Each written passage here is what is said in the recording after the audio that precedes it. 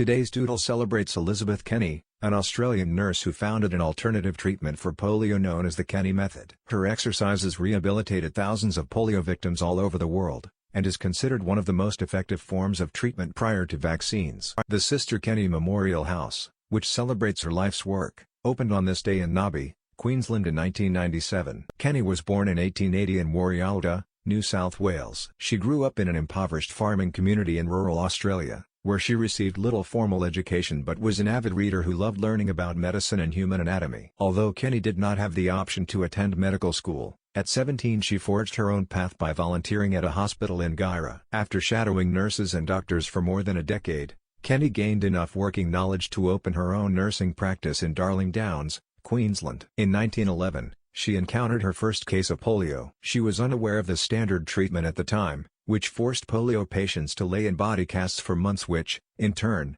caused muscle atrophy. This caused many polio victims to become permanently paralyzed. With her fresh perspective, Kenny realized the affected muscles were stiff, not permanently damaged. So she healed her patients by applying hot, wet compresses to the affected limbs, before having them perform gradual muscle strengthening exercises. To the surprise of the medical community, her method worked.